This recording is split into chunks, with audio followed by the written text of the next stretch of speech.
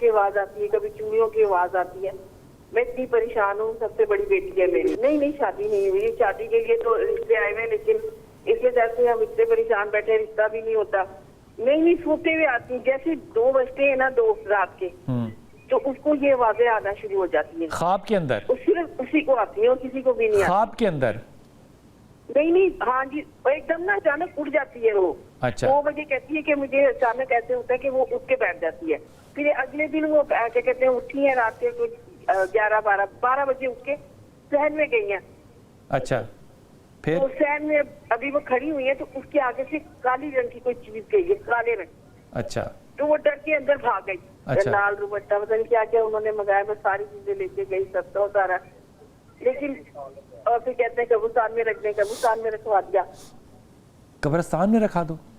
ہاں جی, قبرستان میں رکھوا دیا انہوں نے. اچھا یعنی کہ صدقہ مردہ لوگوں کو دے دیں.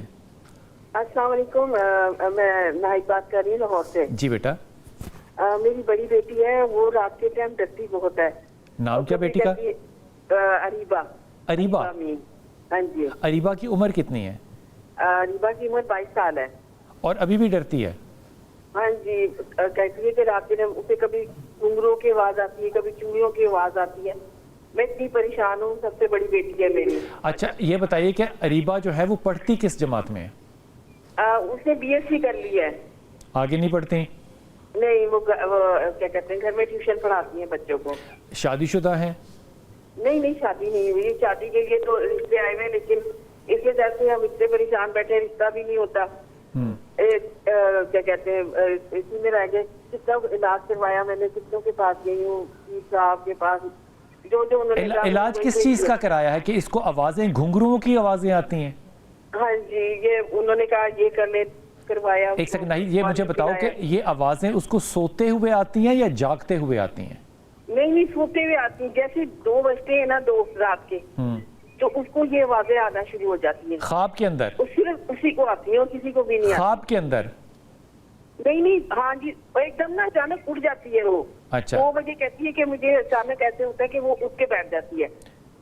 نہیں, میں جو جاننا چاہ رہا ہوں, جو سوال پوچھ رہا ہوں ناہید, آپ نے اس پہ توجہ دینی ہے. رات کو 2 بجے وہ سوئی ہوئی ہے نا؟ ہاں جی. تو وہ جو جاگتی ہے وہ گھنگروؤں کی آواز سے جاگتی ہے یا جب جاگ جاتی ہے تو گھنگروؤں کی آواز آتی ہے؟ نہیں گھنگروں کی آواز سے جاگتی ہے, اٹھ کے بیٹھ جاتی ہے. اسی کو اکیلی کو آوازیں آتی ہیں اور کسی کو بھی نہیں. خواب میں آ رہی ہیں تو اسی کو آئیں گی, اور کس کو آئیں گی؟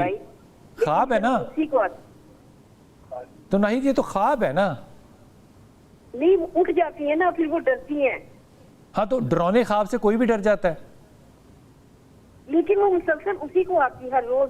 اتنا عرصہ ہو گیا میں یہ کر رہی ہوں. تو آپ کا ناہید خیال یہ ہے کہ جو وہ خواب دیکھے وہ اگلے دن آپ کو بھی آنا چاہیے؟ نہیں یہ نہیں ہے, لیکن پھر بھی نا پھر اگلے دن وہ کیا کہتے ہیں اٹھی ہیں رات کے 11-12 بجے اٹھ کے صحن میں گئی ہیں. اچھا پھر؟ تو صحن میں ابھی وہ کھڑی ہوئی ہیں, تو اس کے آگے سے کالی رنگ کی کوئی چیز گئی ہے, کالے رنگ. اچھا. تو وہ ڈر کے اندر بھاگ گئی. تو رات کو 12 بجے کیوں گئی تھی وہ باہر, مجھے یہ بتانا. وہ بارش ہو رہی تھی, کپڑے اٹھانے گئی تھی صحن میں. میں سو گئی تھی, تو پھر انہوں اٹھا کے لائی, تو وہ ڈر کے مارے کہہ رہی باہر کوئی چیز ہے, باہر کو جب گئی تو مجھے تو کچھ نظر نہیں آیا. ہاں اسی کو آیا اور کسی کو بھی نہیں. تو آپ نے اس بات پہ کہ اس کو گھنگروں کی آواز سے اس کی نیند کھل جاتی ہے اور وہ ڈر جاتی ہے اور یہ غیر شادی شدہ ہے, آپ نے اس کا کیا علاج کروایا ابھی تک؟ وہ پیر صاحب تھے, تو انہوں نے کیا کہتے ہیں اس کا صدقہ اتارا, گوشت لے کے گئی. انہوں نے کہا 1.25 کلو گوشت لاؤ, چوڑیاں لاؤ, پتہ نہیں سندور, لال دوپٹہ, پتہ نہیں کیا کیا انہوں نے منگایا. بس ساری چیزیں لے کے گئی, صدقہ اتارا. لیکن اور پھر کہتے ہیں قبرستان میں رکھ دیں, قبرستان میں رکھوا دیا. قبرستان میں رکھا دو؟ ہاں جی, قبرستان میں رکھوا دیا انہوں نے. اچھا یعنی کہ صدقہ مردہ لوگوں کو دے دیں. پتہ نہیں انہوں نے یہی کہا تھا, تو وہ اتفاقا وہیں پر جا کے رکھا ہے قبرستان کے اندر. لیکن پھر بھی وہ اور 3 اس کی سیڑھیاں بھی, صدقہ بھی 3 سیڑھیوں سے اتارا ہے. اچھا آپ نے بیٹی کی شادی کیوں نہیں کی ابھی تک؟